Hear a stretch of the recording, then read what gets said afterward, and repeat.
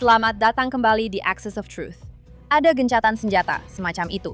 Dan iya, pekerjaannya jelas belum selesai di Lebanon atau di Iran. Tapi minggu ini, saya ingin melihat dari sudut yang lebih luas, sambil kita menunggu langkah Presiden Trump berikutnya. Dan mengungkap metode kekerasan seksual yang mengerikan yang terus digunakan oleh IRGC dan proksi rezim Islam untuk meneror masyarakat di seluruh wilayah ini, dari Gaza hingga Teheran. Tapi pertama-tama, mari kita bicara tentang ujian moral soal Iran yang sedang gagal dijalani oleh kelompok kiri global saat ini. Selama beberapa dekade, kelompok kiri telah memasarkan dirinya sebagai semacam otoritas moral dalam hal hak asasi manusia. Pihak yang mengaku lebih peduli, lebih peka, dan berjuang lebih keras untuk orang-orang yang rentan. Pihak yang mengaku membela perempuan, kaum gay, imigran, dan hak-hak sipil, serta yang menentang kebrutalan polisi dan hukuman mati. Saya tidak mau lagi mendengar hal-hal seperti ini karena ujian Iran membuktikan bahwa ini bukanlah sistem nilai yang universal. Ini adalah sistem yang selektif.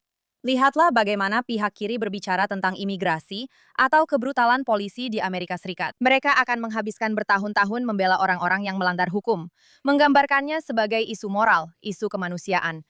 Mereka akan mengorganisir, melakukan protes, dan berteriak tentang kebrutalan polisi dan ICE dengan lantang di mana-mana. Tapi jika anak-anak Iran ditembak di jalanan oleh penembak jitu IRGC karena melakukan protes, tiba-tiba itu bukan masalah kita.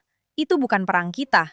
Setidaknya 1.639 eksekusi pada tahun 2025, jumlah tertinggi sejak 1989.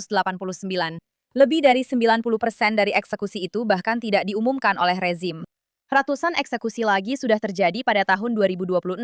Puluhan ribu orang tewas dalam aksi protes selama bertahun-tahun. Lebih dari 50.000 orang saat ini ditahan. Banyak diantaranya menghadapi hukuman mati karena melakukan protes. Menurut kerangka kerja pihak kiri sendiri, ini seharusnya menjadi isu hak asasi manusia terbesar di dunia. Tapi kenyataannya tidak demikian.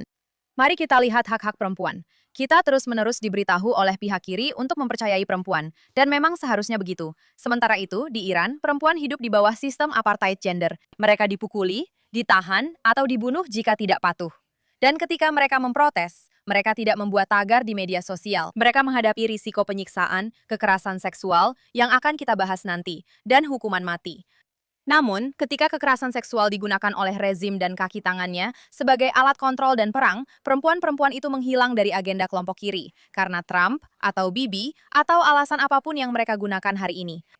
Dan lihatlah hak-hak LGBTQ. Kelompok kiri mengatakan bahwa ini tidak bisa ditawar, tetapi di Iran menjadi gay bisa dihukum mati.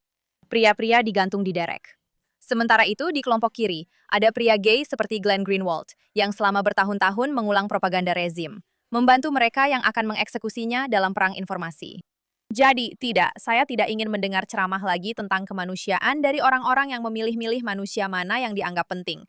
Sayangnya, ini telah menjadi kebijakan bagi kelompok kiri dan bukan sekedar retorika. Tentu saja kita punya Jimmy Carter yang membantu meninggalkan Shah dan membuka pintu bagi Khomeini pada tahun 79.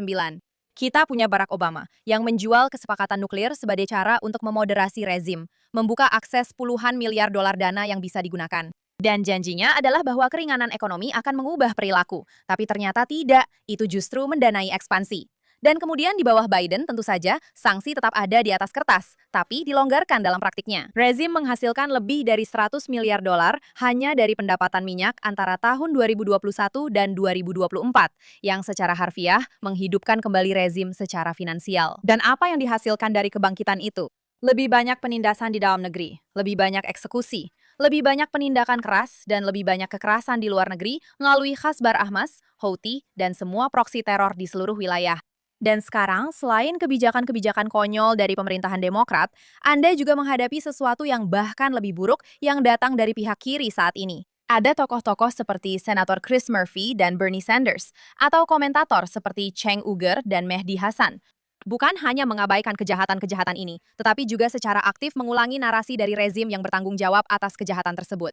Mengklaim bahwa Amerika Serikat sedang kalah, mengklaim bahwa Israel memaksa Amerika ke dalam perang ini, yang akan kita bahas nanti, membebaskan rezim tersebut dari tanggung jawab sekaligus menghilangkan simpati apapun terhadap rakyat Iran.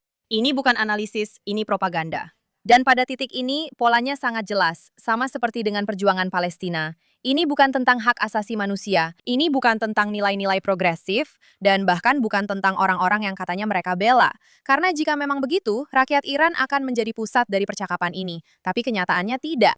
Yang sebenarnya terjadi di sini adalah penentangan terhadap Amerika dan sekutunya, apapun konsekuensinya. Bahkan jika biayanya adalah mengabaikan eksekusi dan kekerasan seksual, mengabaikan pria gay yang digantung di derek, mengabaikan anak-anak yang ditembak di jalanan. Saya tidak akan pernah lagi menerima ceramah dari orang-orang ini tentang kemanusiaan. Iran adalah ujian moral hari ini, dan kaum kiri tidak hanya gagal, tapi juga memperlihatkan jati dirinya.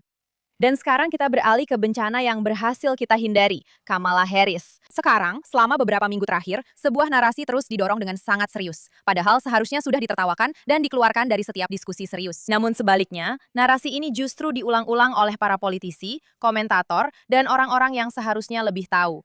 Yaitu klaim bahwa Amerika Serikat tidak membuat keputusan independen dalam konflik ini, melainkan entah bagaimana terseret ke dalamnya oleh Israel, termasuk orang-orang seperti Kamala Harris.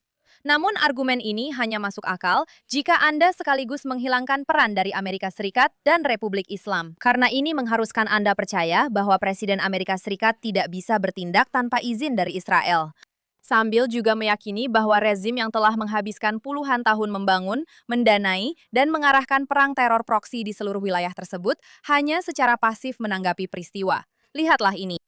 Dia terlibat dalam perang, terseret ke dalamnya oleh Bibi Netanyahu. Mari kita perjelas hal itu.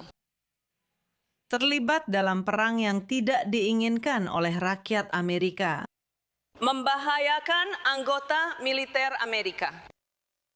Masih terasa menyakitkan bahkan hanya mendengar wanita ini berbicara karena dia sangat bodoh sekali. Tapi kamu tahu, apa yang baru saja kita dengar sebenarnya bukanlah upaya serius untuk memahami kenyataan dari konflik ini.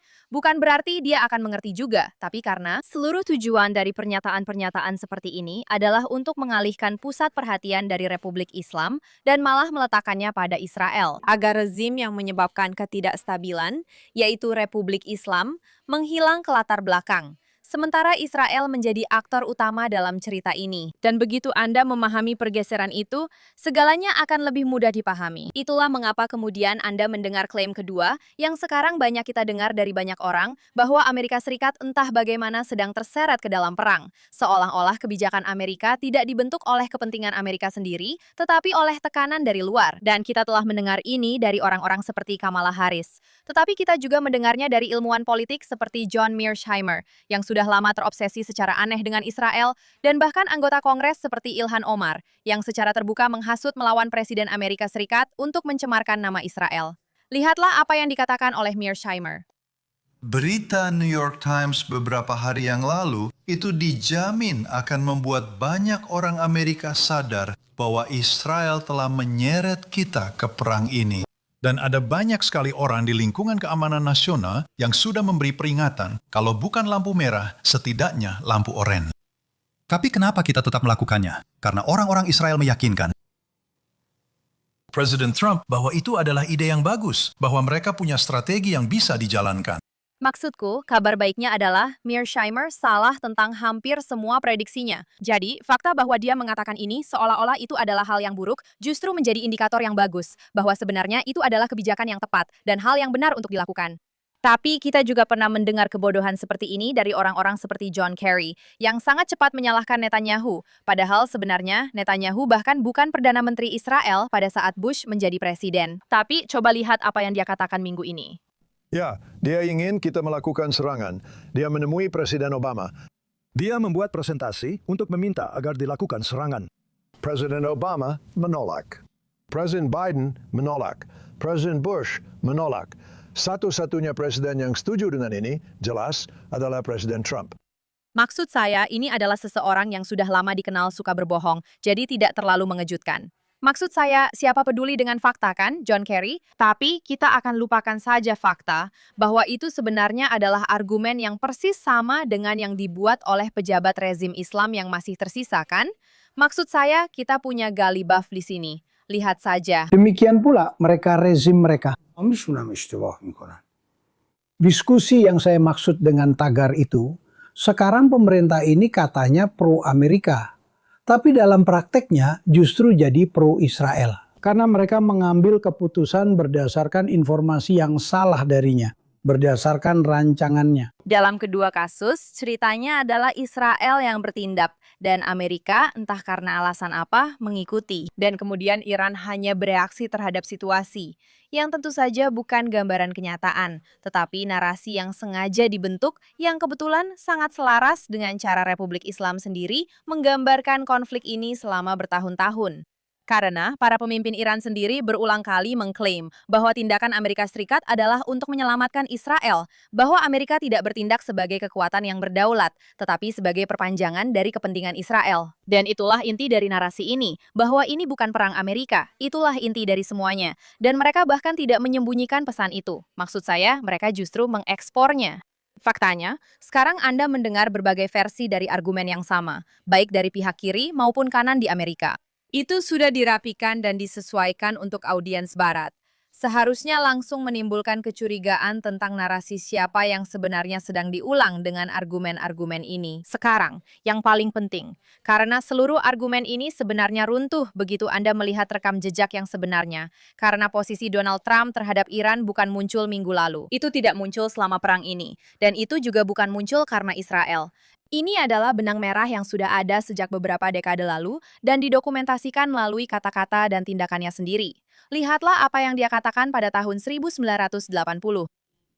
Ketika kamu mendapatkan rasa hormat dari negara-negara lain, maka negara-negara lain cenderung mengikuti apa yang kamu lakukan, dan kamu bisa menciptakan sikap yang benar. Situasi Iran adalah salah satu contohnya. Bahwa mereka menahan sandera kita itu benar-benar sangat konyol. Bahwa negara ini hanya diam dan membiarkan negara seperti Iran menahan sandera, menurut saya adalah suatu hal yang mengerikan. Dan saya tidak berpikir mereka akan melakukan itu terhadap negara lain. Saya jujur tidak berpikir mereka melakukan itu terhadap negara lain. Jelas. Kamu menyarankan bahwa seharusnya kita masuk ke sana dengan pasukan dan membawa orang-orang kita keluar. Saya benar-benar merasa seperti itu ya. Saya rasa tidak diragukan lagi dan tidak ada keraguan di pikiran saya. Saya pikir sekarang kita akan menjadi negara kaya minyak dan saya percaya kita seharusnya melakukannya. Dan saya sangat kecewa karena kita tidak melakukannya. Dan saya rasa tidak ada yang akan menahan kita. Saya rasa tidak ada yang akan marah kepada kita.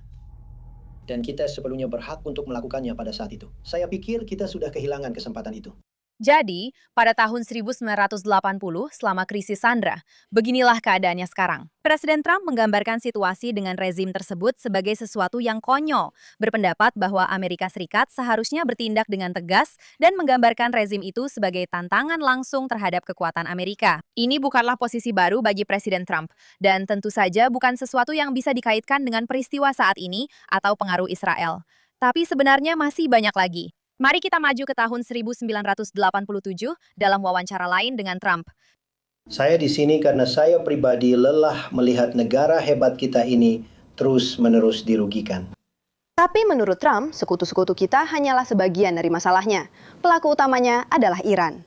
Kenapa kita tidak bisa masuk dan mengambil alih sebagian minyak mereka yang berada di kawasan pesisir? Bagaimana caranya? Apakah kamu akan mengirim marinir? Apakah kamu akan mengambil risiko dalam perang? Biarkan Iran tetap jadi milik mereka. Kamu ambil minyak mereka. Bagaimana? Bagaimana? Maksudku, apa kita mau perang? Apa maksud kita? Kamu masuk. Bagaimana kita masuk? Kamu akan memicu perang dengan bersikap lemah. Oke, bagaimana kita masuk? Apa yang harus kita lakukan? Permisi. Akan terjadi perang, dan itu akan dimulai di Timur Tengah. Bagaimana jika Uni Soviet berkata, jika kamu melakukan ini pada Iran, kami akan ikut campur? Saya tidak percaya mereka akan melakukannya. Lain kali, Iran menyerang negara ini. Masuklah dan rebut salah satu instalasi minyak besar mereka. Dan maksud saya, rebut dan pertahankan itu. Lalu ambil kembali kerugianmu. Karena negara ini sudah banyak kehilangan akibat Iran. Nah, itulah dia. Dan pada akhir tahun 1980-an, Trump kembali menegaskan seruannya untuk menghantam Pulau Hague dan terus menerapkan pendekatan tanpa toleransi terhadap agresi anti-Amerika dari rezim tersebut. Dan ini adalah sesuatu yang terus berlanjut selama bertahun-tahun melalui kritiknya terhadap JCPOA, kesepakatan Iran di bawah Obama. Lihatlah. Ini terjadi tepat sebelum penandatanganan kesepakatan Iran yang memberikan kembali kepada Iran 150 miliar dolar dan tidak memberikan kita apa-apa. Sama sekali tidak ada. Ini akan tercatat dalam sejarah sebagai salah satu kesepakatan terburuk yang pernah dinegosiasikan. kesepakatan Iran adalah salah satu transaksi terburuk dan paling sepihak yang pernah dilakukan Amerika Serikat. Sejujurnya, kesepakatan itu adalah sebuah aib bagi Amerika Serikat dan saya rasa ini belum akan berakhir, percayalah. Jadi pada tahun 2015, dia sudah menyebut kesepakatan nuklir itu sebagai kesepakatan terburuk yang pernah dinegosiasikan, seperti yang Anda dengar. Bukan karena seseorang menyuruhnya mengatakan itu, tetapi karena itu sesuai dengan posisi yang sudah ia ungkapkan selama beberapa dekade. Dan kemudian pada tahun 2018, akhirnya dia mengambil tindakan sesuai dengan posisinya itu dengan menarik diri dari kesepakatan tersebut. Dan pada tahun 2020, dia memberi otorisasi serangan terhadap Qasem Soleimani, yang merupakan kepala IRGC. Dan itu adalah salah satu tindakan langsung paling signifikan yang diambil terhadap Republik Islam dalam beberapa dekade terakhir. Ini jelas merupakan keputusan yang diambil oleh Amerika Serikat berdasarkan perhitungan strategisnya sendiri. Dia memiliki rekam jejak selama 4 dekade dengan posisi yang konsisten, yang berarti klaim bahwa dia tiba-tiba didorong ke dalam situasi ini oleh Israel tidak hanya salah, tetapi juga mengharuskan Anda mengabaikan seluruh catatan publik Presiden Trump. Dan itu juga mengharuskan Anda mengabaikan tindakan rezim Islam, karena dalam kerangka ini, rezim tersebut selalu bereaksi dan tidak pernah menjadi penggerak peristiwa, yang sangat tidak masuk akal. Mengingat ini adalah rezim yang telah menghabiskan miliaran untuk membangun Hizbullah, mendanai Hamas, mempersenjatai milisi di Irak, mendukung Houthi, dan berinvestasi selama puluhan tahun dalam perang proksi. Sebagai doktrin strategis inti yang dirancang untuk memproyeksikan kekuatan tanpa harus bertanggung jawab atas konfrontasi langsung. Ini bukan perilaku reaktif, ini adalah inisiatif. Ini bersifat ekspansionis, dan ini termasuk serangan langsung terhadap orang Amerika, termasuk pengeboman barak marinir Amerika Serikat di Beirut pada tahun 1983. Itu dilakukan oleh Hizbullah, kelompok teroris proksi yang didukung rezim Islam, yang menewaskan 241 anggota militer Amerika, dan tetap menjadi salah satu serangan paling mematikan terhadap pasukan Amerika Serikat dalam sejarah. Ada sejarah panjang dan terdokumentasi dengan baik tentang pasukan rezim Iran yang membunuh orang Amerika, yang membuat klaim bahwa Amerika Serikat tidak memiliki kepentingan independen untuk menghadapi rezim ini. Bukan hanya lemah, tetapi benar-benar terlepas dari kenyataan. Faktanya, jika Israel benar-benar mengendalikan kebijakan AS Serikat, kita tidak akan melihat adanya perbedaan pendapat antara Washington dan Yerusalem. Dan kita juga tidak akan melihat Amerika Serikat terkadang berusaha membatasi operasi Israel, seperti yang baru saja kita lihat dilakukan oleh Presiden Trump dengan komentarnya tentang Lebanon, dengan gesekan yang secara rutin terjadi antara kedua pemerintahan tersebut. Jadi sekarang Anda membuat klaim yang jelas-jelas tidak mungkin benar berdasarkan semua bukti yang ada, yaitu bahwa Israel mengendalikan Amerika Serikat, atau bahwa keputusan Trump didasarkan pada apa yang terbaik untuk Israel, bukan apa yang terbaik untuk Amerika. Dan ini adalah narasi yang mengharuskan Anda mengabaikan 40 tahun rekam jejak Trump sendiri. Ini bukan pendapat yang buruk atau salah membaca peristiwa, tetapi sebuah kerangka yang mencerminkan propaganda rezim itu sendiri, yang, jujur saja, selalu berusaha menampilkan dirinya sebagai pihak yang reaktif dalam konflik ini dan menggambarkan Amerika Serikat sebagai pihak yang dimanipulasi, Anda tahu, serta menampilkan Israel sebagai penggerak utama konflik tersebut. Meskipun kenyataannya hal itu terbukti salah, seperti yang kita lihat dengan apa yang terjadi di Timur Tengah saat ini. Sekarang kenyataannya adalah ketika kamu mengulang kerangka berpikir itu, kamu tidak sedang menganalisis perang. Kamu justru memperkuat narasi itu sendiri, Kamala, yang sedang coba diekspor oleh rezim tersebut. Dan menyiratkan bahwa rekam jejak selama 40 tahun yang dimiliki Presiden Trump entah bagaimana dikaitkan dengan Benjamin Netanyahu, sosok yang bahkan tidak dikenal Trump pada saat itu tidak masuk akal. Baiklah, selanjutnya kita punya 2 berita yang muncul minggu ini. Itu benar-benar menepis semua hiruk-pikuk dan memaksa Anda untuk melihat langsung bagaimana rezim ini dan proksi-proksinya benar-benar beroperasi. Bukan hanya secara teori, tentu saja, atau dalam slogan-slogan, tetapi dengan cara yang brutal dan sangat-sangat pribadi. Yang pertama adalah kasus Salehi Akbari, seorang perawat berusia 38 tahun, teknisi ruang operasi, dan pendaki gunung dari Ardabil yang bersama suaminya, Ahmed Kurai, telah membantu para pengunjuk rasa selama gelombang protes baru-baru ini, yang pada akhirnya menjadi alasan mengapa mereka menjadi target sejak awal ketika pasukan keamanan menggerebek rumah mereka. Sekarang, Apa yang terjadi selanjutnya bukan hanya sebuah pembunuhan, itu adalah tindakan teror yang disengaja, yang dirancang untuk menghancurkan mereka dan mengirimkan pesan jauh melampaui keluarga mereka. Karena ketika dia mencoba melindungi suaminya saat penggerebekan oleh IRGC, dia justru ditembak dan dibunuh. Dan seharusnya itu menjadi akhir dari semuanya, akhir yang tragis. Tapi ternyata tidak. Menurut laporan yang sekarang sudah banyak beredar, termasuk liputan dari Iran International, pasukan keamanan tidak hanya membunuhnya. Mereka merekam apa yang mereka lakukan setelahnya di kamar mayat dan mengirimkannya langsung ke suaminya. Sebuah video yang menunjukkan pasukan IRGC melakukan pelecehan seksual terhadap tubuhnya. Lihatlah apa yang dikatakan oleh Ahmed. Saya merasa malu untuk mengirimkan pesan mereka. Dia mengirimkan sebuah pesan kepada... Mereka ada di sana untuk membuka ponselnya. Ponselnya dikunci dengan sidik jari. Lari ke ruang pendingin. Di sana, mereka bisa menempelkan jarinya ke ponsel untuk membukanya. Kamu tahu pesan apa yang dia kirim kepadaku? Dia bilang, aku sendiri yang mencabik-cabik istrimu dengan tanganku sendiri. بعد عکس میفرسته برا من.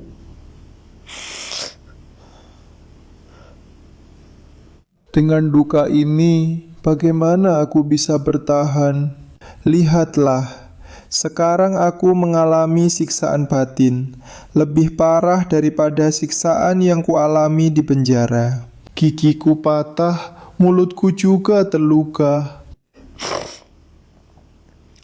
Demi Tuhan, aku benar-benar tidak berdaya. Ketika kamu mendengarnya berbicara tentang itu, kamu sedang mendengarkan seorang pria yang menggambarkan bagaimana orang-orang yang membunuh istrinya memastikan bahwa kematiannya bukanlah akhir dari penderitaannya, melainkan awal dari penderitaannya. Dengan mengubah tubuh istrinya menjadi senjata melawan dirinya dan memaksanya untuk menyaksikan, memastikan bahwa apa yang mereka lakukan terhadap istrinya akan terus hidup di pikirannya selamanya. Dan memang begitu, karena setelah mengalami penyiksaan psikologis yang disengaja seperti itu, setelah dipaksa untuk menonton rekaman itu, dan setelah dibiarkan tanpa keadilan, tanpa pertanggungjawaban, atau jalan untuk melarikan diri, Ahmed Khodai tidak sanggup hidup dengan apa yang telah dilakukan terhadap istrinya, dan kemarin dia mengakhiri hidupnya sendiri. Sekarang, cerita lengkapnya bukan hanya bahwa pasukan rezim Islam membunuhnya, tetapi mereka juga menghancurkan dirinya dalam proses itu. Kekerasan seksual sudah lama dikenal sebagai taktik rezim Islam. Ini digunakan di pusat-pusat penahanan selama interogasi dan dalam penindakan terhadap para pengunjuk rasa sebagai cara untuk mempermalukan atau mengendalikan serta mencegah orang lain mengikuti jalan yang sama. Dan dalam kasus ini, mereka tidak hanya menggunakannya terhadap orang yang mereka bunuh. Mereka juga melakukannya kepada orang yang dia cintai, menjadikan tubuhnya sebagai alat perang psikologis. Sekarang, bagian terburuk dari ini adalah bahwa ini bukanlah kasus yang terisolasi. Beberapa badan internasional telah mendokumentasikan bahwa rezim Islam secara sistematis menggunakan kekerasan seksual sebagai alat penindasan. Misi pencari fakta PBB tentang Iran menyimpulkan bahwa pemerkosaan dan bentuk kekerasan seksual lainnya digunakan selama protes perempuan, kehidupan, kebebasan sebagai bagian dari penindasan yang meluas dan sistematis, termasuk terhadap perempuan, laki-laki, dan bahkan anak di bawah umur dalam tahanan. Amnesty International juga telah mendokumentasikan kasus pemerkosaan beramai-ramai, sengatan listrik pada alat kelamin, dan penyiksaan seksual selama interogasi, menggambarkannya sebagai strategi yang disengaja untuk menghukum, mempermalukan, dan memaksa pengakuan. Human Rights Watch, serta kelompok hak asasi manusia lainnya, telah melaporkan pola yang sama di mana kekerasan seksual bukanlah sesuatu yang kebetulan, melainkan sudah terlembaga. Ini digunakan oleh aparat keamanan sebagai metode pengendalian. Dan ketika Anda membandingkan catatan itu dengan apa yang terjadi pada Salehi, Akabari, dan Ahmed Khodan, artinya Anda tidak sedang melihat penyimpangan dari sistem. Anda sedang melihat sistem yang berfungsi persis seperti yang dirancang. Dan tujuannya bukan untuk membungkam individu, tetapi untuk mengirim pesan kepada semua orang bahwa jika Anda membantu para pengunjuk rasa, jika Anda melawan, jika Anda keluar dari jalur, inilah yang akan terjadi pada Anda dan orang-orang yang Anda cintai. Dan pesan itu bahkan tidak berakhir dengan kematian. Pesan itu terus berlanjut setelahnya, dalam bentuk penghinaan, trauma, dan ketakutan. Dan sementara itu terjadi di dalam Iran, minggu ini kita juga melihat kisah paralel muncul dari Gaza yang menunjukkan logika kekuasaan yang persis sama dan eksploitasi terhadap kerentanan yang sama.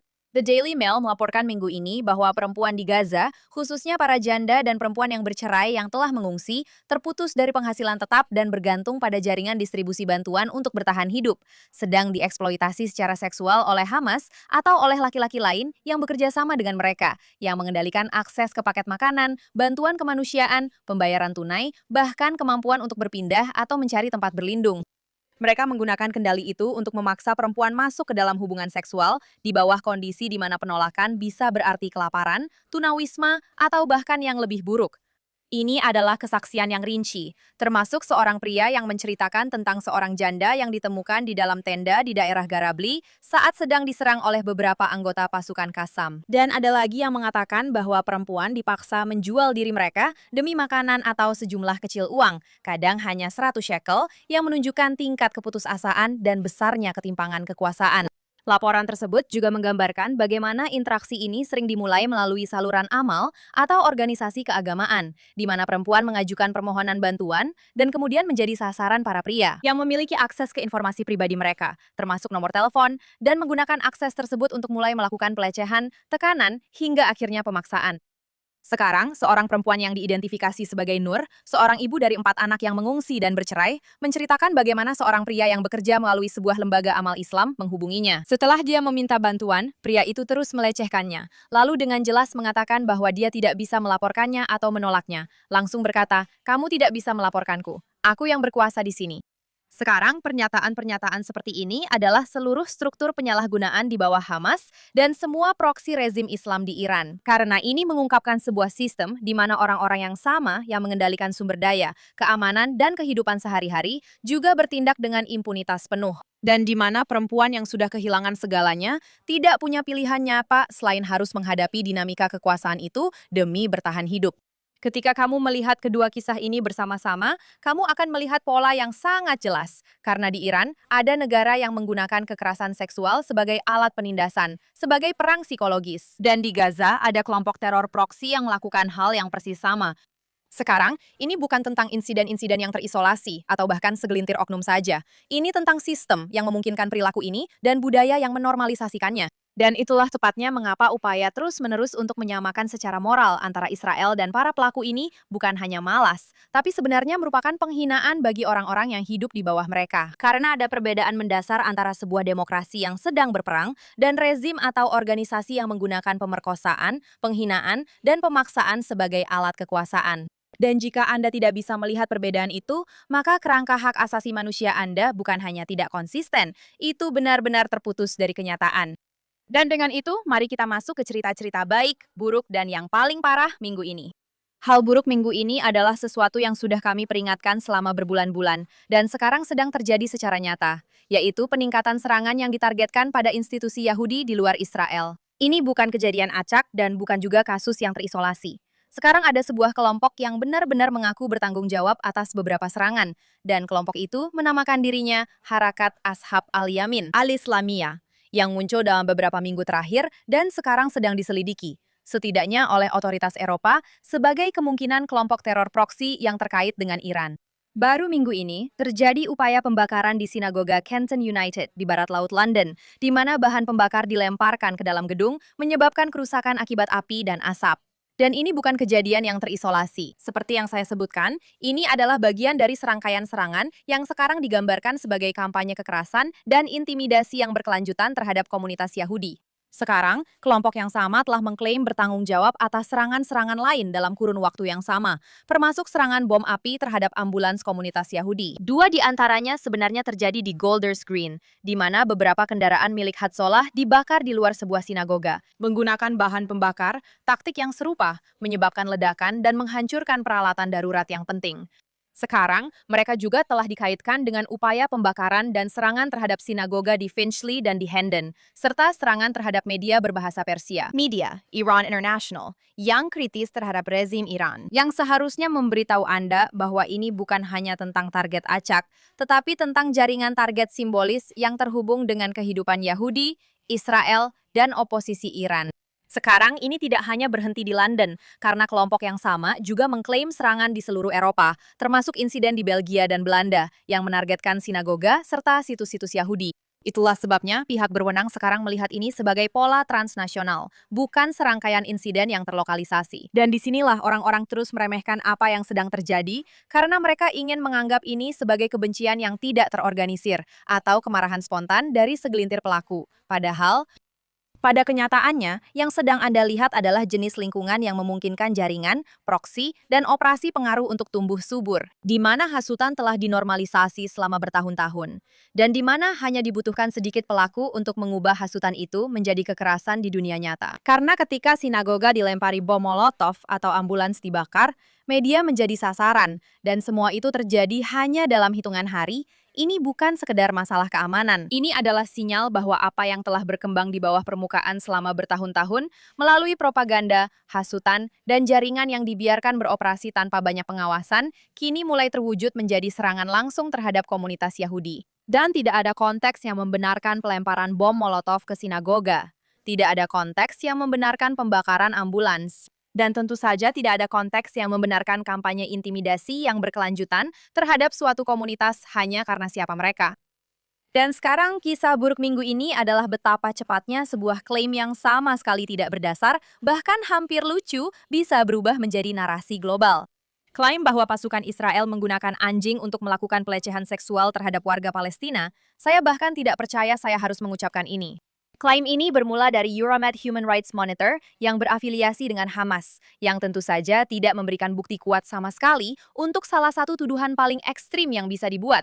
Lalu, kelompok pendukung Hamas, Dropsite News, menyebarkannya seolah-olah itu adalah fakta, bahkan memolesnya lebih jauh. Yang mereka maksudkan seolah-olah adalah sumber intelijen Israel. Padahal sumber Israel itu bukan intelijen, bukan pemerintah, dan sama sekali tidak terhubung dengan negara. Itu adalah seorang komentator aktivis yang secara terbuka anti-Israel dan hanya mengulangi klaim yang sama, lalu menyajikannya seolah-olah sebagai semacam konfirmasi. Itu bukan kesalahan dari pihaknya. Itu adalah upaya yang disengaja untuk menyesatkan dan memberikan kesan palsu bahwa cerita tanpa dasar itu kredibel. Dan ketika kamu benar-benar melihat klaim itu sendiri, jelas sekali klaim itu runtuh, karena bukan hanya tidak terbukti, tapi secara fungsional juga mustahil. Karena itu bergantung, pertama-tama, pada kesaksian yang sama sekali tidak terverifikasi, dan mereka tidak didukung oleh bukti apapun. Maksud saya, para tahanan yang mengklaim bahwa di Sde Teiman, mereka diperkosa oleh anjing-anjing IDF karena anjing-anjing itu diperintahkan dan dilatih oleh IDF untuk melakukan hal tersebut. Dan itu bahkan tidak masuk akal dalam ceritanya. Dan itu semakin tidak masuk akal, apalagi karena militer. Anjing-anjing dilatih melalui pengkondisian, pengulangan, dan sistem imbalan untuk melakukan tugas-tugas yang sangat spesifik, seperti deteksi, pelacakan, atau penangkapan yang terkontrol, yang membutuhkan ketelitian dan keandalan. Tapi bukan perilaku yang acak atau tidak terduga. Tidak ada kerangka pelatihan dimanapun di dunia untuk anjing yang mengkondisikan hewan melakukan tindakan seksual atas perintah. Karena itu bukan perilaku yang bisa distandarisasi, dikendalikan, atau diterapkan dalam situasi operasional. Jadi siapapun yang punya pengetahuan dasar tentang program pelatihan anjing, pasti langsung tahu itu. Jadi yang tersisa hanyalah klaim konyol yang tidak punya bukti dan bahkan tidak lolos uji akal sehat paling dasar. Tapi aku sebenarnya melangkah lebih jauh karena aku berbicara dengan seorang tentara yang pernah bertugas di Sde Teiman dalam beberapa bulan terakhir, dalam beberapa tahun terakhir, dan aku menanyakan hal ini secara langsung kepadanya. Dan jawabannya sangat sederhana, dan aku kutip, itu sangat bodoh. Bagaimana mungkin menggunakan hewan untuk memperkosa seseorang? Itu tidak benar. Jadi, begitulah kenyataannya. Itulah tingkat keseriusan yang pantas untuk hal ini, karena ini bukanlah jurnalisme investigasi. Ini adalah jalur propaganda di mana klaim yang tidak kredibel, bahkan hampir lucu, dipublikasikan, diangkat, diperbesar, lalu dibungkus dengan otoritas palsu, sampai terlihat cukup nyata untuk dipercaya orang. Dan pada saat seseorang meminta bukti, itu sudah tersebar kemana-mana. Dan kerusakannya di sini bukan hanya karena orang-orang disesatkan. Ini karena kamu mengambil salah satu kejahatan paling serius yang ada dan mengubahnya menjadi senjata politik, yang tentu saja merugikan korban dan kasus nyata dengan membanjiri ruang publik dengan klaim yang tidak pernah bisa dibuktikan dan memang sejak awal tidak pernah terbukti. Jadi, cerita yang sebenarnya bukanlah seperti yang mereka katakan terjadi. Cerita yang sebenarnya adalah betapa mudahnya sekarang membuat cerita palsu seperti ini, mendorongnya ke dalam sistem, dan memperlakukannya sebagai fakta tanpa pernah memenuhi standar bukti yang paling dasar. Dan terakhir, hal baik minggu ini bukan karena ada sesuatu yang sudah diperbaiki, tapi karena kemunafikan itu begitu jelas. Kamu bahkan tidak perlu menunjukkannya lagi. Karena minggu ini, Candace Owens yang selama berbulan-bulan telah menyebarkan retorika paling beracun anti-Yahudi dan anti-Israel secara online, sekarang sedang digugat atas pencemaran nama baik karena klaim palsu tentang Rajid Macron. Dan tiba-tiba semuanya menjadi sangat nyata karena bukan hanya fakta bahwa dia sedang digugat, tapi juga kepada siapa dia meminta bantuan begitu ada konsekuensi nyata. Sekarang, Laura Loomer sebenarnya mengungkapkan minggu ini bahwa pembelaan hukum Candace sedang ditangani oleh Kasowitz. Benson Torres, sebuah firma hukum besar di New York, sangat terlibat dalam dunia hukum dan politik yang justru selama ini dia pura-pura lawan. Sebuah firma di mana David Friedman pernah menjadi mitra sebelum menjabat sebagai Duta Besar Amerika Serikat untuk Israel. Ya, Candace mempekerjakan seorang pengacara Yahudi Zionis untuk mewakilinya. Dan mari kita perjelas seperti apa ini sebenarnya. Candace, kamu menghabiskan berbulan-bulan menyebarkan retorika yang menargetkan komunitas Yahudi, mempertanyakan loyalitas mereka, memperkuat narasi yang langsung mendukung propaganda anti-Amerika yang bermusuhan, dan menyebut orang Yahudi sebagai sinagoga setan. Namun begitu kamu digugat karena pencemaran nama baik, begitu ada pertanggungjawaban nyata atas ucapanmu, kamu langsung lari ke salah satu firma hukum paling mapan di negara ini, sebuah firma yang dibangun di dalam dunia Zionis yang justru kamu klaim ingin bongkar. Benarkah? Dan jangan lupa bahwa firma yang sama ini juga sangat terkait dengan pembelaan terhadap Israel dan kepentingan Yahudi di ranah hukum dan politik tingkat tinggi. Ini bukan ironi, ini benar-benar kehancuran total. Karena jika kamu benar-benar mempercayai apa yang kamu katakan, Candace, kamu tidak akan bergantung pada struktur yang justru kamu serang selama ini. Dan kamu pasti tidak akan bergantung pada ekosistem hukum yang dibangun oleh dunia yang kamu klaim sebagai lawanmu. Tapi begitu reputasimu, tanggung jawab hukummu, dan masa depanmu dipertaruhkan, semua itu hilang, dan kamu akan pergi persis ke tempat yang sama seperti orang lain, mencari pengacara terbaik yang bisa kamu temukan. Dan itulah kabar baik minggu ini, bukan karena ada yang berubah dari wanita mengerikan ini, tapi karena kedoknya sudah benar-benar terbongkar dan tidak ada lagi cara untuk pura-pura sebaliknya. Dan dengan itu, kita akhiri untuk minggu ini, tapi kita akan kembali minggu depan dengan lebih banyak cerita tentang apa yang sebenarnya terjadi di wilayah ini, dan bagaimana perang lawan Republik Islam berkembang jika gencatan senjata masih berlangsung.